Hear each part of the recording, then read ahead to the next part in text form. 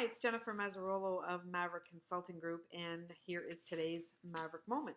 I want to chat a little bit about the interview process, and in particular, one thing that has sort of come up in the last few days with me in speaking with candidates on different roles is what I would call upselling your experience. So I've reached out to several candidates on various roles, and the reaction from the candidate has been, well, I've never done that. I don't think I'm qualified.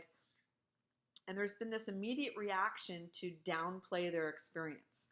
So my comments today are geared around, well, how do you upsell your experience?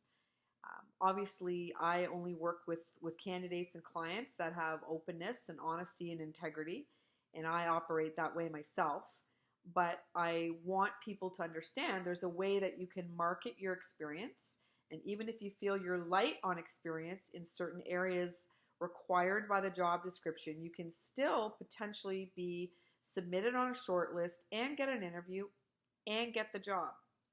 So here's my take on upselling your experience. If you're sitting in an interview process, and even before that, it should be happening in the pre-screening process with whoever you're working with on the engagement, or if it's yourself and you're applying directly, then these are some things that you should consider, whether you're a new grad or someone really experienced or anybody in between. You're going to get hit with questions in an interview that maybe you haven't done before in practical situations. And the way I would handle it is be able to basically, just like a salesperson would, you have to objection handle. Be prepared to say, well, I haven't done that, but here's how I would handle it if I was in that situation. And whether that's dealing with difficult personalities, whether that's managing staff, if you've never had to manage before, or there's just some issue that you haven't dealt with, going in you haven't dealt with it, it's probably going to come up in the interview, and this is how you would objection handle. So what I like to call it really is upselling your experience. You want to be able to demonstrate to the client that you know how to think, you know how to strategically look at issues. And really, when a client is interviewing you, they're really testing you for how you think and your professional judgment.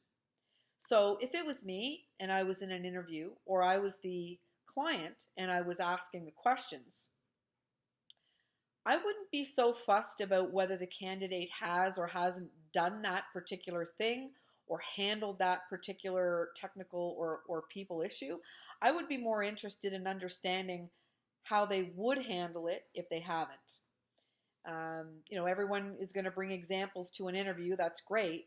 But I'm interested in the candidate that realizes their own shortcomings, is very self-aware, but comes up with a solution or a recommendation on how they're going to handle something. So that's your Maverick moment for today, upselling your experience. Obviously, we're not talking about lying, embellishing, making up fictitious things that you've done. I want you to be honest. I don't want you to apologize for your experience, but I want you to be honest about your experience. But there is a way to turn that into a positive. So have a great day and enjoy the weather.